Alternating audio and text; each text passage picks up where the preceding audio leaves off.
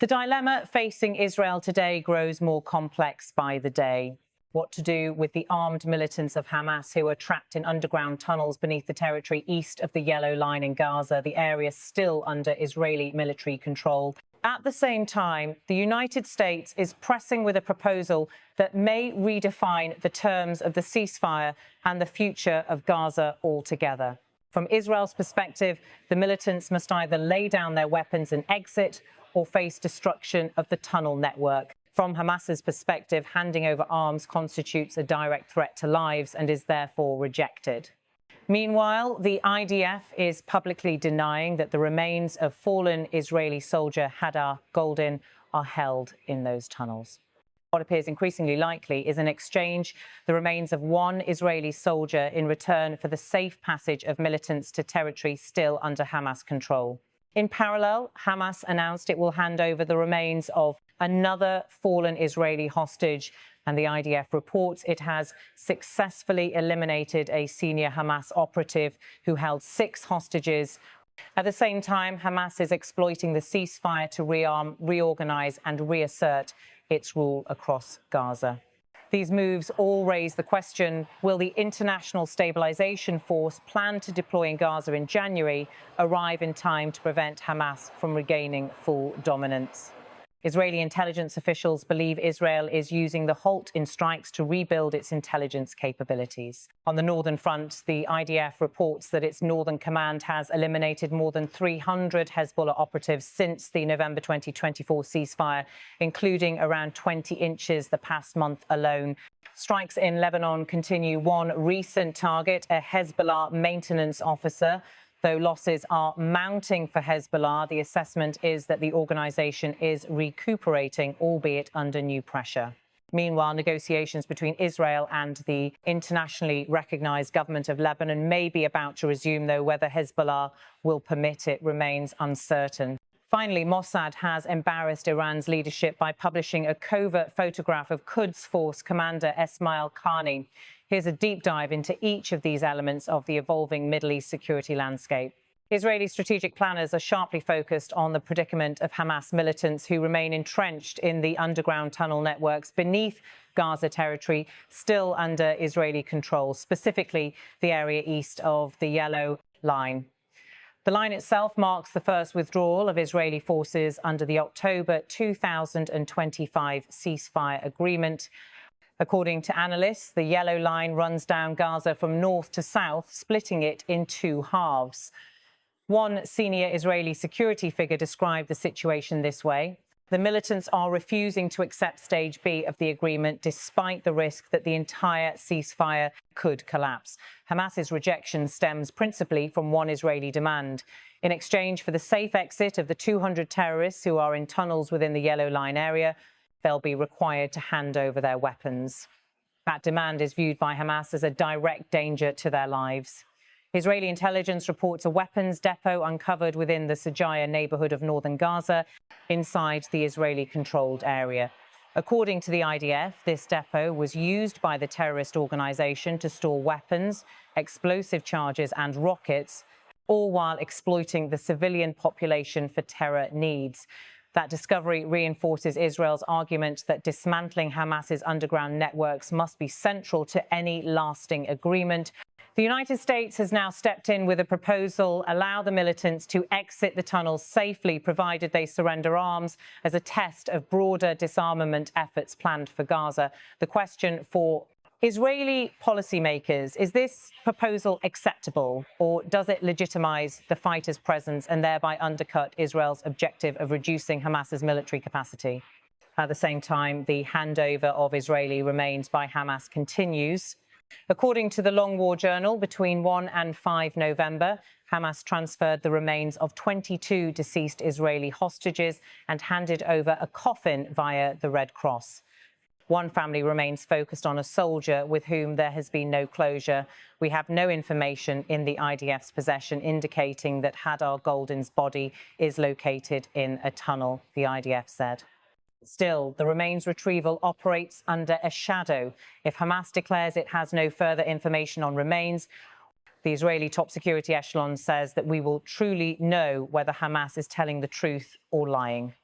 Meanwhile, the IDF is racing against time to destroy tunnels, bunkers and other Hamas infrastructure in the Israeli-controlled east of the Yellow Line before Phase B begins.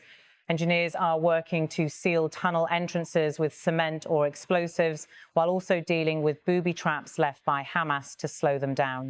The IDF statement acknowledges we always initiate the destruction of tunnels on our side of the Yellow Line, and they fire 3 to 4 anti-tank missiles in addition to sniper rifles. But this will not stop us from continuing, and we do not need American approval to act.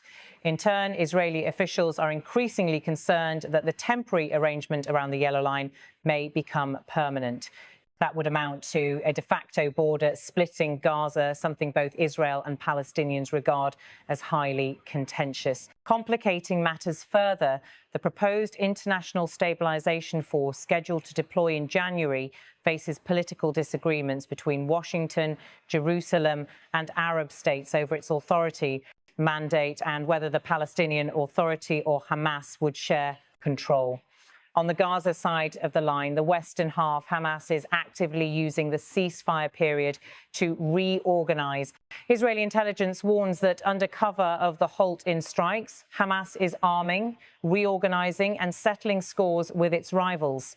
A senior Hamas official in a media interview argued if their goal is real stability, it will not come from disarming Hamas. Hamas is the controlling force in the Gaza Strip. This disarmament will not bring security and peace to this region. It will bring anarchy and instability. From Israel's viewpoint, that very consolidation is a signal that the lull is being used to prepare for the next round, not to permanently step back. And for Israeli policymakers, the risk is that the temporary will become permanently entrenched, shielding Hamas from further Israeli ground operations and heavier sanctions. Israeli strategy is essentially twofold. Prepare for Phase B of the agreement, which might entail an Israeli withdrawal from the Yellow Line east into a Red Line, while at the same time preserving the option to strike if Hamas violates terms. One concern, the IDF believes that Hamas knows about half of the locations where Israeli fallen remain are buried. If Hamas says we have no more information, the Israeli government must decide whether to believe them or regard it as stalling. On the northern front, the situation remains volatile, though the formal hostilities framework has paused. Since the ceasefire agreement between Israel and Lebanon in November 2024, which required Hezbollah to withdraw north of the Litani River, the IDF's Northern Command reports eliminating more than 300 Hezbollah operatives, including 20 inches just the past month. A recent statement from the IDF confirmed removal of a Hezbollah maintenance officer in southern Lebanon. Terrorist Hossein Jabadi promoted terrorism against Israel. Israel is warning Lebanon and Hezbollah repeatedly that the group remains fully armed and funded by Iran. One defense minister stated that Hezbollah is playing with fire. Observers in Beirut suggest Hezbollah is shifting tactics. It may quietly agree to indirect negotiations with Israel so long as it does not publicly appear to do so. That would help the Lebanese government avoid a full-scale war while preserving Hezbollah's political legitimacy. At the same time, senior security officials say Israel is preparing for an intense military response if Hezbollah's build-up proceeds. Israel cannot permit the group to rebuild into a terror monster threatening its northern border. The air and sea routes to support Hezbollah's rearmament from Iran are being squeezed. Syria's smuggling routes are blocked. Eastern Mediterranean naval interdictions are tightening. And Israel has visibly enhanced aerial freedom across Lebanon.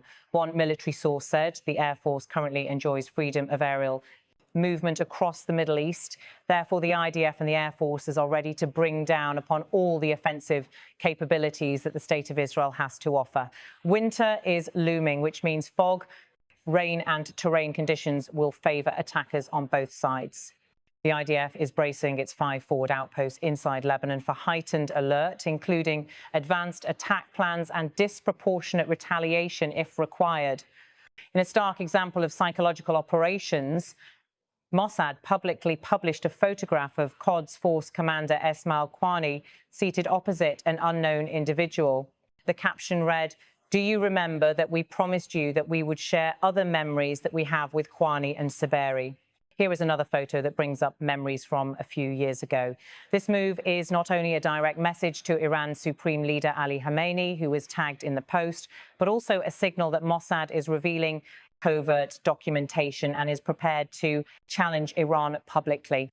In a related disclosure, Mossad revealed that Sadr Ammar, a senior commander in the IRGC Quds Force, heads an 11,000-strong covert network known as Unit 11,000, responsible for attacks on Jewish and Israeli sites worldwide.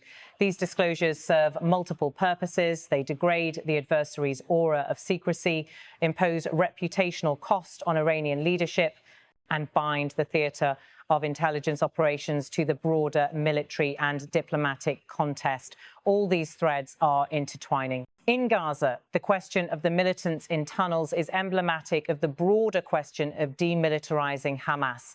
If they carry arms and retain underground networks, then the ceasefire may only be a pause before renewed conflict. The United States is viewing the safe passage proposal as a test case for the wider disarmament and stabilization effort. In Lebanon, although large-scale war has been avoided for now, the incremental attrition of Hezbollah capabilities and the readiness of Israeli forces suggest a low-intensity conflict dynamic is here to stay. In Tehran, the Mossad disclosures mark a public front in the shadow war. The message, intelligence operations, exposure and diplomatic pressure are all part of Israel's toolbox against Iran and its proxies. For Israel, the risk is that the temporary becomes permanent. The yellow line might solidify into a border. The stabilization force may end up merely legitimizing Hamas rule. And the few hundred militants may ultimately emerge with safe passage, arms intact. On the other hand, Israel's objective remains clear: destroy the tunnel network, retrieve its fallen, impose heavy costs on Hamas, and prevent Hezbollah and Iran from regaining the initiative. For Hamas, it is a race: reorganize fast, exploit the lull, and prepare for whatever comes next. For Hezbollah and Iran, it is a test of endurance. Can they rebuild under fire and blockade? To the Israeli public, the arithmetic is sobering. Win the war without winning the peace. And one day, the peace may collapse into war again. For Palestinians in Gaza and Lebanon, the limits of diplomacy and the ambiguous character of international intervention mean that much will depend on the decisions made in the next few weeks. For the United States and its mediators, the twin tasks of stabilizing this fragile environment and managing the risk of escalation with Iran are more urgent than ever. The outcome is far from settled, and the next round of moves will likely determine whether the ceasefire becomes a breakthrough or just a momentary pause.